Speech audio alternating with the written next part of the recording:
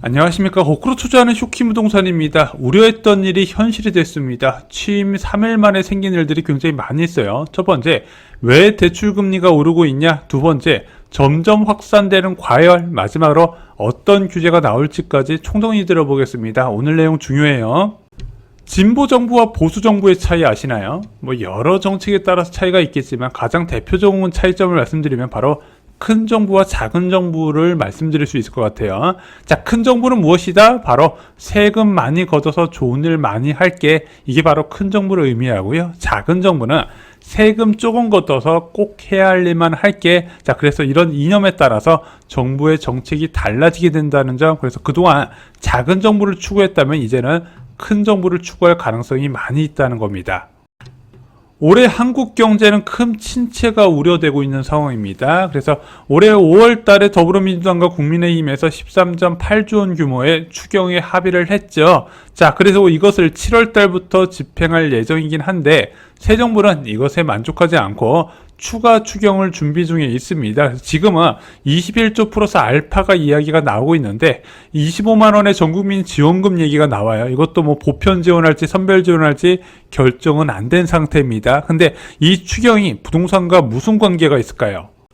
추경이란 무엇이냐면요, 추가 경정 예산의 약자입니다. 이미 편성된 예산에 추가로 편성하는 거예요. 자, 아시다시피 지금 대한민국은요 2년 연속 대규모 세수 결손이 발생했습니다. 부동산 시장 침체와 더불어서 법인세가 많이 안 거친 거예요. 법인세율도 낮춰주긴 했지만 지금 이제 세계 수출 시장이 안 좋다 보니까 기업들 환경도 안 좋거든요.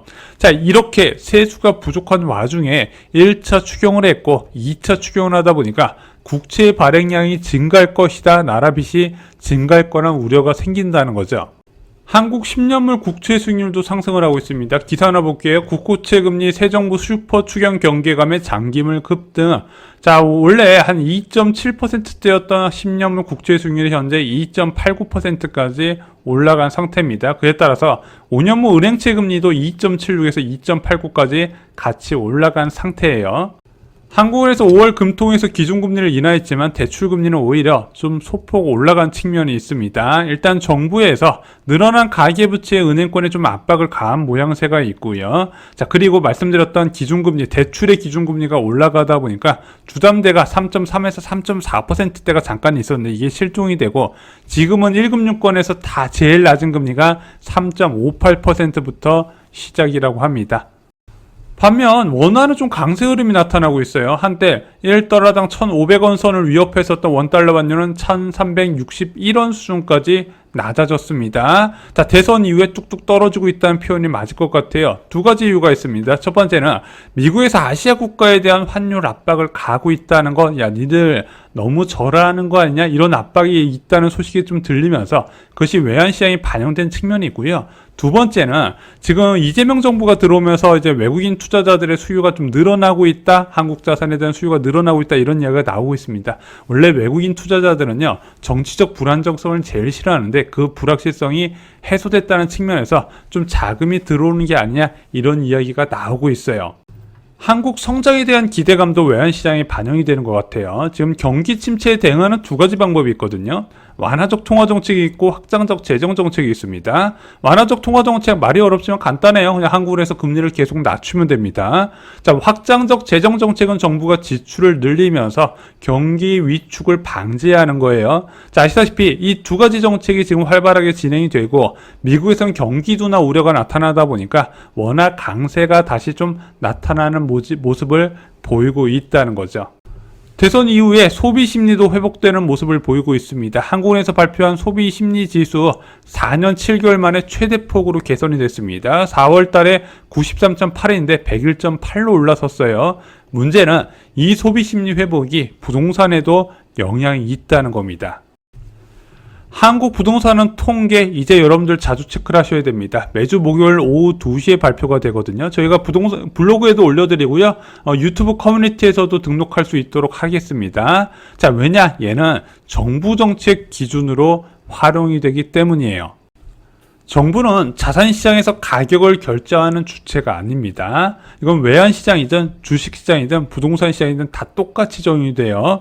자, 특정 가격을 타겟팅해서 그 가격에 맞추기 위해서 계속 규제나 부양책을 쏟아내지 않는다는 겁니다.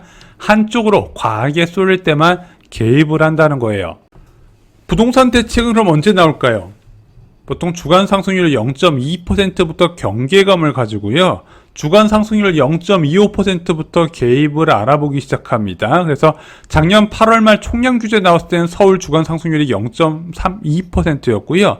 올해 3.19 부동산 대책 나왔을 때는 서울 주간 상승률이 0.25%였습니다. 그래서 0.25%가 넘어가면 조만간 뭐가 나오겠구나 이렇게 생각을 하시면 돼요. 다만 이번 정부에서는 개입 타임이 조금 늦을 가능성이 있죠. 왜 그러냐면 이 부동산 대책이라는 게 기재부, 국토교통부, 금융위원회, 금융감독원 다양한 부처에서 협의를 통해서 진행이 돼야 되는데 아직까지 지금 그런 정도의 인선이 이루어지지는 않고 있는 상태죠.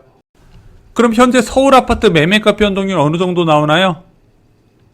0.19% 상승률입니다. 5월 10일 날 0.1에서 지금 3주 연속 가파르게 상승하는 모양새가 나타나고 있어요. 하지만 이건 통계상이고 실제 4월 말부터 뜨거웠다는 거 잘 아실 겁니다. 그래서 현실과 통계 간의 괴리, 그래서 저희가 지난 영상에서 이재명 대통령은 임기 초부터 부동산 때문에 고생을 많이 할 거라 말씀드렸는데 벌써 그 전부터 시장이 뜨거웠기 때문에 그래요. 동남권 강남 4구 상황은 훨씬 더 심각합니다. 여기는 투기과열지구와 토지거래 허가구역, 강남 상구 지역은 지정됐음에도 불구하고 지금 0.42%까지 폭등세가 나타났어요. 5월 5일 날 0.14%에서 4주 연속 상승세입니다. 지금 강남 상구 지역은요, 매물 풍기 현상까지 나타나고 있어요. 이제 생각을 해야겠죠. 토지거래 허가구역에다가 투기과열지구까지 지정했는데 여기서 더 무엇을 할 수 있을까? 그 다음 규제를 생각할 때가 왔다는 겁니다. 강남 상구와 용산구 전체 지역을 토지거래 허가구역으로 지정을 하면서 갭투자 유입이 차단됐잖아요. 그러면서 풍선 효과가 나타나는 지역이 있어요. 지금 마포구입니다. 마포구는 0.3%로 전주 대비 0.07%포인트 상승률이 확대됐고요. 성동구 0.18에서 0.26%로 급등을 했습니다. 양천구는 0.32%, 목동의 초강세가 이어지고 있죠. 과천시도 0.35%로 경기도 지역 상승률 1위를 기록했습니다. 강동구 지역도 0.31%로 풍선 효과를 톡톡히 보고 있어요.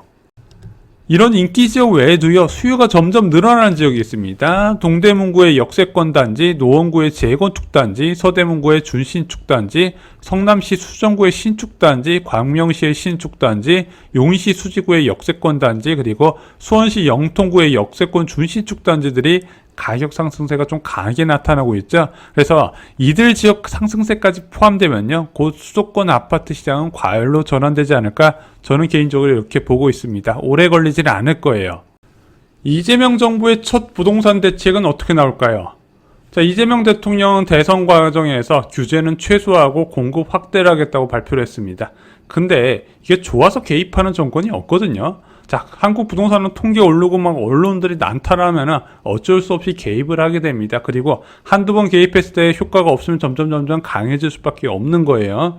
제가 볼 때는요, 2025년 중 부동산 대책은 약하게 공급 대책 중심으로 한번 나왔다가 이게 효과가 별로 없을 거예요. 왜? 공급 대책은 초장기 대책이고요. 당장 시장 과열을 꺼트릴 대책은 아니라는 겁니다. 그래서 강하게 연내 한번 더 나올 가능성이 있지 않을까 생각이 듭니다. 오늘 준비한 소식은 여기까지입니다. 6월 7일 멤버십 영상에서 요즘 고민하시는 분들 굉장히 많으시죠? 상반기 매수 전략, 이거에 대해서 좀 수정해서 말씀을 드렸어요. 이때까지 사세요. 좀 기간을 정해드렸고요. 두 번째, 최고의 매도 타임이 갈아타는 분들, 일단 기본적으로 내 걸 잘 팔아야 되거든요. 언제 파는 게 좋은 것인지 타이밍도 정리해 드렸습니다. 마지막으로 2025년 갈아타기 비법 6월 7일 멤버십 영상에서 체크를 하시기 바랍니다. 부동산은요, 두 가지만 기억하시면 돼요. 타이밍과 입지라는 거죠. 휴킹부동산 멤버십은 주 3회 전용 영상이 올라가고요. 유튜브 멤버십, 네이버 프리미엄 콘텐츠 두 곳에서 보실 수 있습니다. 이상 영상 마치겠습니다. 감사합니다.